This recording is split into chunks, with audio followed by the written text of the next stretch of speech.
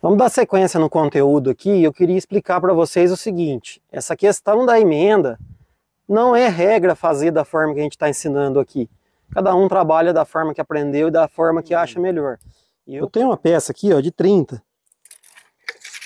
Então eu peguei, meu pilar está aqui, ó.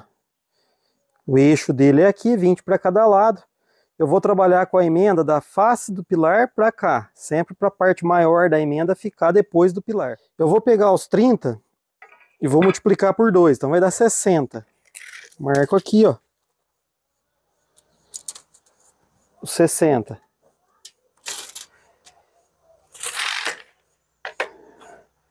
Feito isso, eu tenho esse nível de mão aqui, ó, que ele dá 1 metro. Então eu já uso ele como régua aqui, ó. E aí eu vou traçar de ponto a ponto aqui.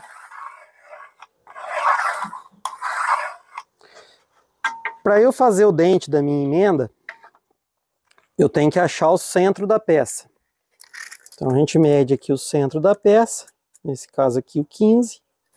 E o dente, ele é sempre 1/5 ou 1/6 da peça. Nesse caso eu tenho uma peça de 30, eu vou usar 1/6, vai dar 5.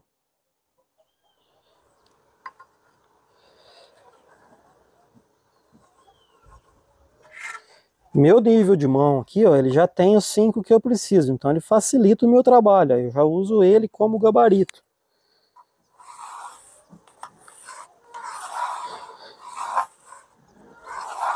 Levo a medida lá. Como que eu sei que o meu corte aqui está centralizado de forma correta? A mesma medida que eu tenho daqui aqui no bico, eu tenho que ter daqui aqui nesse outro bico. Então a gente confere essa medida aqui, ó. Tá com 39,5 aqui. Tá com 38,5 aqui. Então significa que eu tenho que trazer no 39 aqui, ó. Beleza?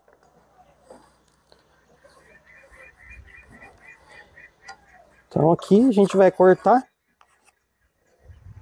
E um detalhe importante aqui quando a gente vai fazer a emenda, é sempre na hora de cortar a gente conferir se a nossa serra está no esquadro correto. Então eu sempre recomendo isso para vocês. E o outro detalhe é nunca adentrar o risco. Então a minha lâmina de serra, ela sempre tem que cortar paralelo com o risco. Isso garante que eu tenha um corte mais preciso. A gente vem, faz o corte, depois a gente copia esse corte na outra peça. É o método mais simples de se trabalhar na emenda mão de amigo. Uma outra questão, quando a gente vai pedir a madeira. Então eu sempre tenho que considerar o tamanho da minha emenda. Então se eu tenho, vamos supor, um vão de 5 metros, eu não posso pedir a peça de 5,5, porque a minha emenda vai ter 60. Então eu vou precisar de uma peça de 6 metros para fazer a emenda. Por quê? Porque eu vou perder 60 centímetros no tamanho total da peça para fazer a emenda. E muita gente às vezes se perde nisso. É lógico que se eu não conseguir o tamanho exato para fazer a emenda com o dobro do tamanho, eu posso trabalhar com a peça com a emenda um pouco menor, não vai ser o fim do mundo. Porém, para a gente trabalhar na regra exata da carpintaria aqui, sempre ideal usar o dobro da peça.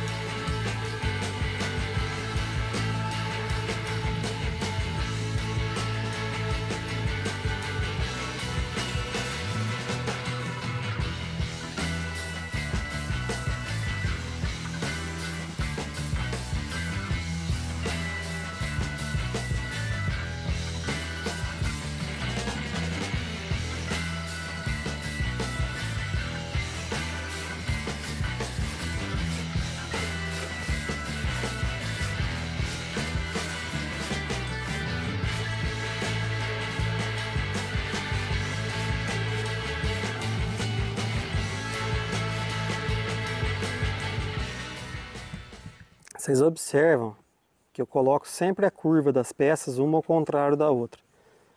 Então tá uma jogando a curva pelo lado de dentro e a outra pelo lado de fora. Aí travei o meio lá.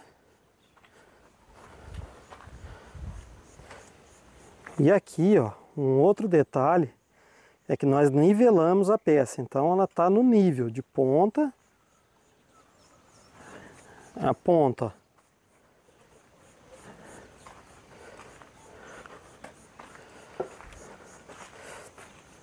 Se eu tivesse a quantidade que eu precisava de cavalete aqui, eu poderia fazer isso aí até em cima do cavalete. Como eu trouxe só 2 cavaletes para essa obra, eu tive que fazer esse nivelamento dela no chão.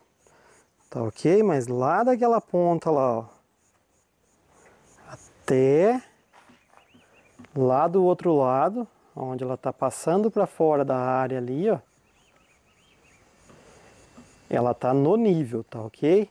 Então isso é muito importante para a gente ter sucesso na nossa emenda. Outra questão que eu sempre faço é fazer uma cava aqui, ó, com o formão, às vezes até com a serra eu faço. Então, olha lá, o meio da minha peça ele fica sempre mais baixo. Porque se eu precisar ajustar a minha emenda, eu tiro com o serrote apenas as laterais da peça. Então isso facilita muito o meu trabalho também. São pequenos detalhes, mas que trazem um grande resultado para o nosso trabalho. Agora é só replicar o risco aqui na outra peça e cortar seguindo o risco que eu vou conseguir ter sucesso na minha emenda. Sempre é importante também a gente trabalhar com a ponta do lápis fina. Por quê? Porque às vezes eu posso ter atrito da lateral do lápis com a peça. E aí às vezes o risco não fica perfeito. Então eu não consigo replicar o corte de forma perfeita. Então sempre se atenta a isso também. Ó. Vai riscar, ó, ponta do lápis bem fininha, riscou. Porque de repente, ó, se você tiver o atrito da ponta do lápis aqui com a peça, você pode riscar fora do que você precisa. Tá ok? Essa madeira que a gente está usando aqui, ó, é a cupiúba, ou peroba do norte, conforme o pessoal conhece. Tá joia? Vamos cortar a peça aqui e mostrar para vocês a emenda como vai ficar. Aí pessoal, a peça tem uma pequena diferença de espessura, mas eu igualei ela pelo lado de dentro, nesse caso aqui, que é onde ia ter uma aparência mais visível. O lado de fora, como é um barranco mais alto ali, fica mais difícil de ver a diferença, tá ok? Então a parte de baixo dela aqui, ó, aqui tá certinho, tá vendo? Só que ali na parte de cima eu igualei o lado de dentro e deixei a diferença pelo lado de fora. Vamos dar sequência no conteúdo aqui. Eu queria explicar para vocês o seguinte: essa questão da emenda não é regra fazer da forma que a gente está ensinando aqui. Cada um trabalha da forma que aprendeu e da forma que acha melhor. E eu, por diversas vezes, eu fiz emenda lisa, conforme está aqui esse exemplo para vocês.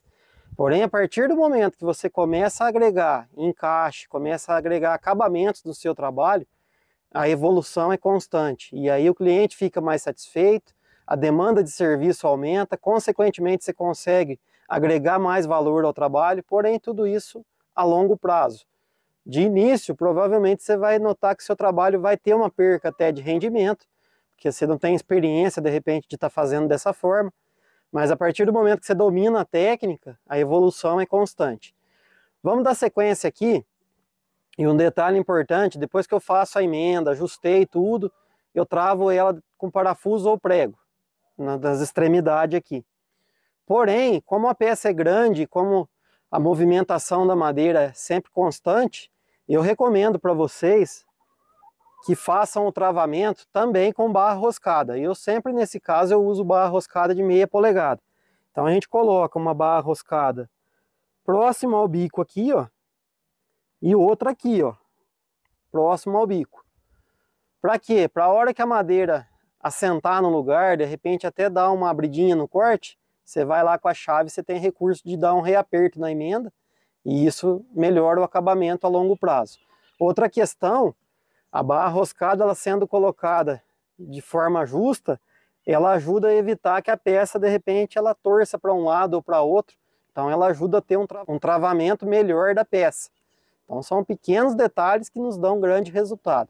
Vou dar uma dica para vocês agora, interessante na hora de fazer a furação nessas peças, tá ok? Então aqui, pessoal, para a gente poder furar centralizado, uma dica bacana é essa aqui, ó. Coloca uma régua paralela com a peça, ou um sarrafo. Estou usando a régua aqui porque eu tinha ela em mãos. Aí eu acho o eixo do meu furo. Primeiramente eu vou escariar com a broca de 1 1/4, porque eu quero colocar uma cavilha de acabamento aqui depois. E na sequência eu vou passar a broca de meia. A régua vai servir tanto para mim poder furar num esquadro aqui, como ela vai servir de parâmetro para mim furar centralizado. Então, quando eu estiver furando com a furadeira aqui, ó, eu tenho uma base dessa face da régua, para eu furar no esquadro, e eu consigo furar centralizado seguindo a régua. É lógico que de repente pela vibração da broca, lá na parte de cima, ela pode sair um pouquinho para um lado ou para outro. Porém, ela dá um bom parâmetro aqui para a gente fazer essa furação.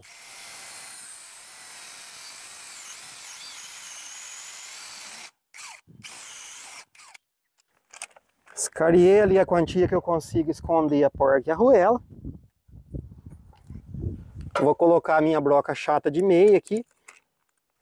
Essas brocas é meio difícil de encontrar, pessoal, porém, você pode pegar uma broca chata curta, leva numa pessoa que tem experiência com solda, pede para ele soldar uma emenda na broca aqui, funciona do mesmo jeito, já trabalhei dessa forma por diversas vezes. E aí aqui agora é o que eu falei para vocês, ó. Eu vou furar seguindo a face da régua aqui e seguindo a face aqui, até sair lá em cima.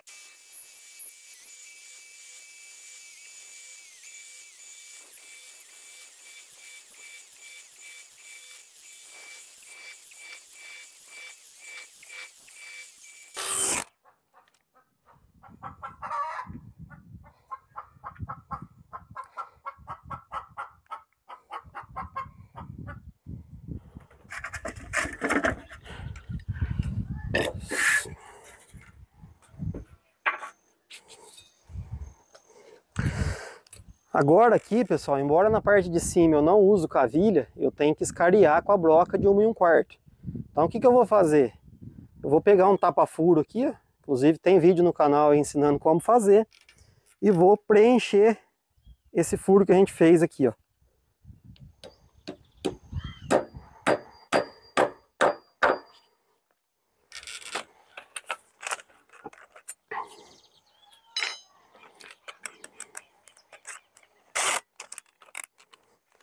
Vem com a broca de 1 1/4, furo centralizado aqui, ó. Essa questão aqui evita que a broca fique vibrando no furo. Quem já tentou fazer um furo com broca chata, onde você já tem um furo existente, sabe do que eu tô falando, a broca acaba vibrando muito. Então eu tampando o furo aqui com a cavilha, ela me ajuda a ter um furo mais centralizado.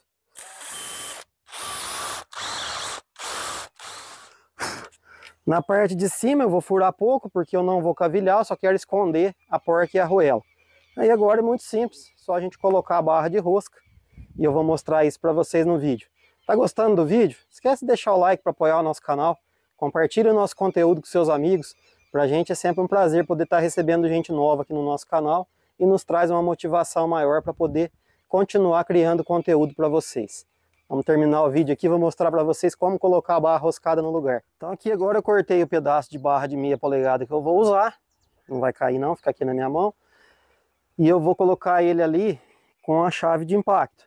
Para quem não tem, coloca ele no lugar, vai batendo devagarzinho que dá certo também do mesmo jeito.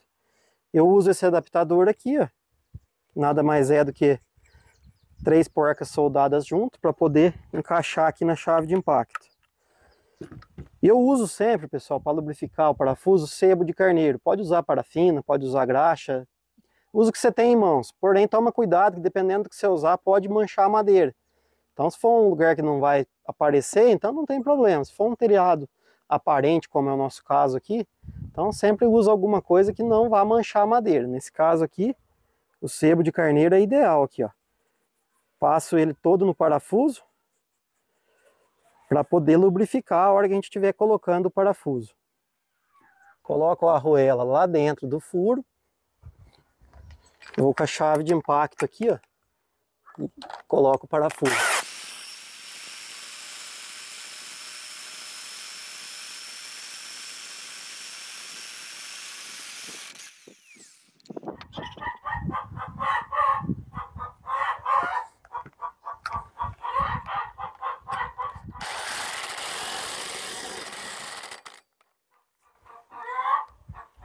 Coloco a arruela na parte de cima aqui, venho com a porca.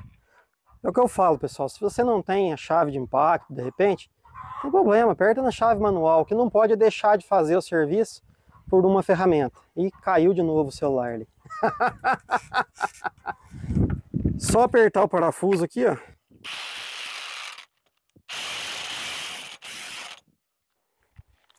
Depois a gente corta o excesso do parafuso, tá feita a nossa emenda. Parece complicado, porém se você praticar a técnica, com certeza a evolução no seu trabalho vai ser muito grande.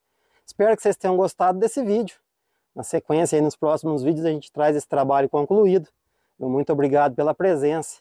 Que Deus abençoe o lar e o trabalho de cada um sempre. Comenta no vídeo aí o que vocês acharam da mão de amigo. Vamos ver aí o que o pessoal está achando do nosso trabalho aí e da qualidade dos nossos vídeos. Valeu? Um grande abraço. Fiquem sempre com Deus.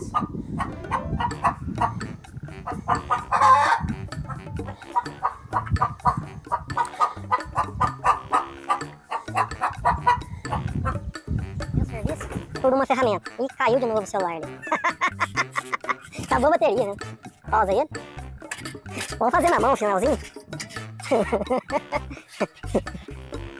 Tá valendo. Vamos fazer na mão, né? Quer ver?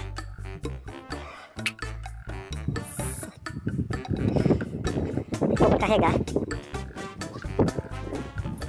Tá gravando? Tá gravando.